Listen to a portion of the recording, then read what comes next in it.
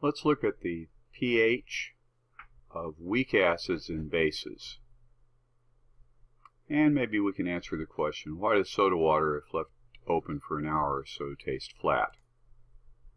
Here are some common acids and bases that you may be familiar with, all the way from the gastric juice, the hydrochloric acid in your stomach at the top, all the way through human tears, which are about neutral pH, down to household bleach and sodium hydroxide. Just to review, the strong acids are the hydrohalic acids, except for hydrogen fluoride as hydrofluoric acid. So hydrochloric, hydrobromic, hydroiodic are strong. Nitric acid is strong. Sulfuric acid is strong as long as it's not concentrated. And perchloric acid, HClO4, is a strong acid. Therefore, most acids are weak. Most acids do not dissociate 100% in water, so you can't pretend to get the pH by taking the negative log of the initial concentration of the acid.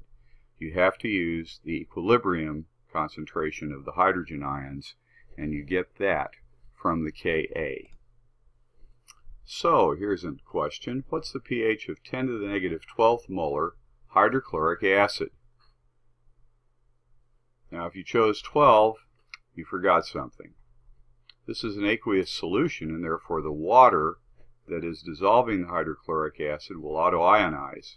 So the concentration of protons due to the autoionization of water will dominate any hydrochloric acid you might think to put into it.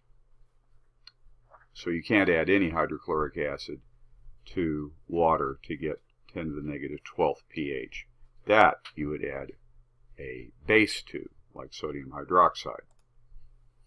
Now you should think of a weak acid as a molecule with a low energy or strong bond between the acid hydrogen and another atom. That makes it hard to get that hydrogen to come off as an ion. So ironically, weak acidity is associated with a strong bond between hydrogen and the rest of the molecule. As an example, we know the water is a very weak acid. It takes a metal like sodium to give electrons successfully to it to get hydrogen gas out. Here's the general equation for the dissociation of any acid. Strong acids, of course, there's none of the HA left after it's dissolved in water. All of it has turned into hydrogen ions and anions. No HA remains in solution, and Ka is much greater than 1. That means the water surrounding the molecules of HA are energetic enough to tear the ions apart. The reaction, therefore, is favored left to right. Weak acids are partially dissociated into ions because of that strong bond between the hydrogen and the rest of the molecule. Therefore, most of the HA remains as HA, just surrounded by water molecules, and Ka is much less than 1. The reaction is favored right to left. Now we know that the equilibrium constant is the product of products divided by the product of reactants, of course, raised to the power of the coefficient. For weak acids, we said Ka is typically much less than 1 because the numerator values are small compared to the denominator. So for acetic acid, which we will identify as HOAC, with OAC being the acetate ion, this is the dissociation, and it's favored to the left.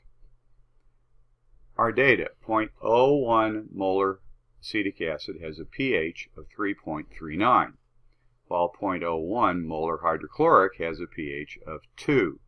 So you can see the result of the weak dissociation of the acetic acid. So what is the hydrogen ion concentration of that acetic acid? Well, it's 4.1 times 10 to the negative 4th molar. With a pH of 3.39, you just take 10 to the negative 3.39 and it gives you that. So it's about 4% dissociated. Now, if that's the hydrogen ion concentration, we have to assume that the acetate concentration is the same, because that's the only way to get acetate, is the same way we get to hydrogen ions. So let's assume that the actual difference in the dissociation of the initial and equilibrium value of the acetic acid concentration is the same as the initial. So there's no difference. Thus, Ka would be 4.1 times 10 to the negative fourth squared divided by 0.01, or 1.7 times 10 to the negative fifth. Now the accepted value is 1.8 times 10 to the negative fifth, so we haven't made much of an error in that first assumption. Let's look at other weak acid equilibrium constants. You can see that some are larger and some are smaller. The lowest Ka is associated then with the strongest bond between the hydrogen and the rest of the molecule, and it's also associated with the weakest of the acids. So let's say the hydrogen ion concentration of 0.02 molar nitrous acid is 0.0030 molar. So what is the Ka at that temperature? Well, since only the nitrous acid is in the water, that's where we get all the hydrogen ions and nitrite ions. And if we write the equilibrium constant expression here and plug the numbers in that we know, the 0.003 molar for both the hydrogen ion and the nitrite divided by 0.02, we get 4.5 times 10 to the negative fourth. Trouble is, 0.003 is an appreciable part of 0.02. It's 15%. So we could do a second approximation and subtract that from the equilibrium concentration assumed and rerun it and get a closer number. Let's look at formic acid. The pH of a 0.00150 molar solution of formic acid is 3.36. What is its Ka? Well, there it is. Hydronium ion times the formate ion divided by the formic acid concentration. Now the hydrogen ion concentration is 4.36 times 10 to the negative fourth from the pH, and that's the same as the formate concentration. So we plug the numbers in and divide by the initial concentration of the formic acid. We get 1.3 times 10 to the negative fourth. That is an appreciable part of 0.00150, so we would plug this in then and solve for the second approximation on this acid.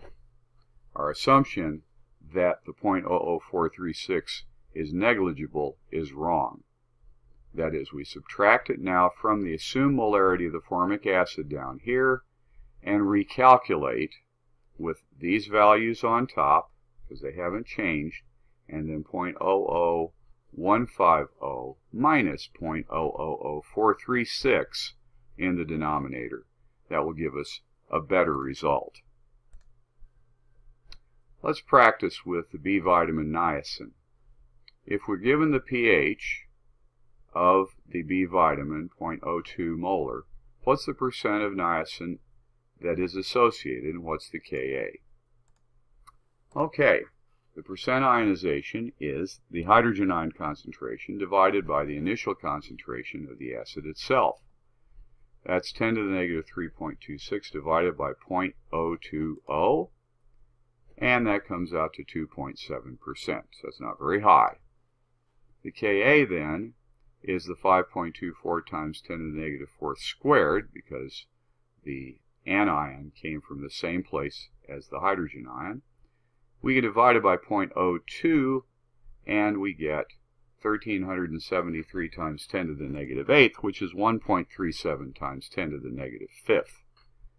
And as we see, that means that it's a small amount compared to the 0.020 molar.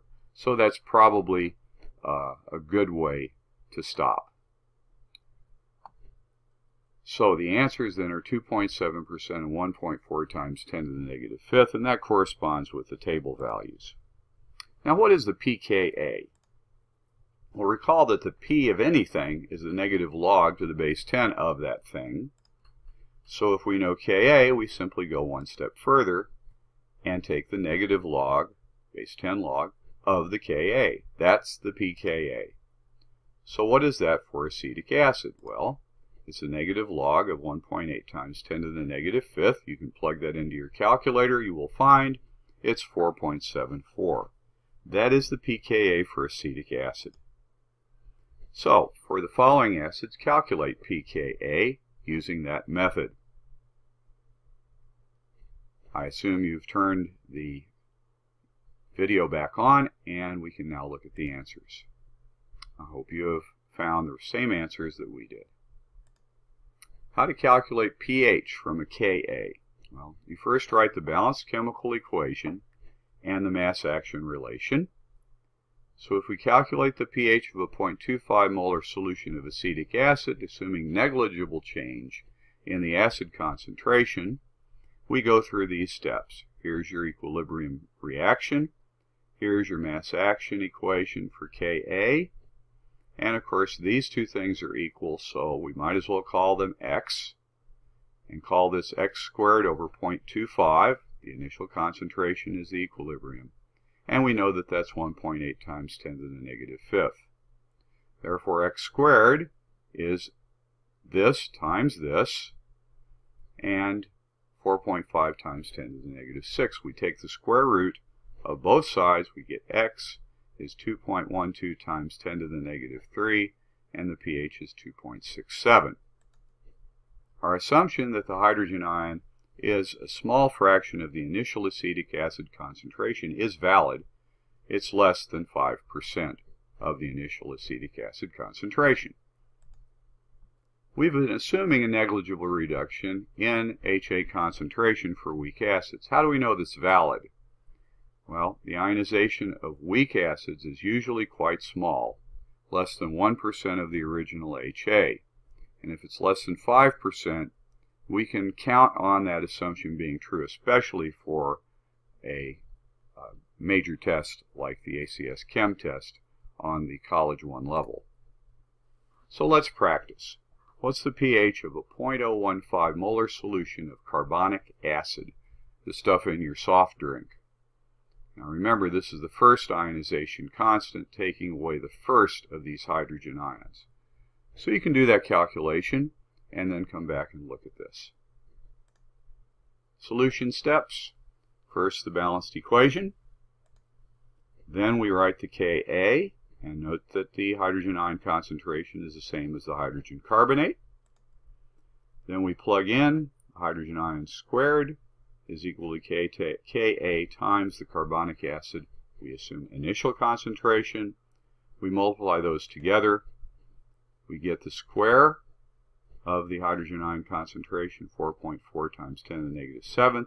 Take the square root, and we get 6.6 times 10 to the negative 4th molar. pH 3.18, which is, as expected, quite acidic. That's why your soft drink tastes tart. Now, if we let carbon dioxide escape so the molarity reduces to this level, what does the pH happen to that? And so we use the same equations, but now the numbers here are different. The initial concentration is less.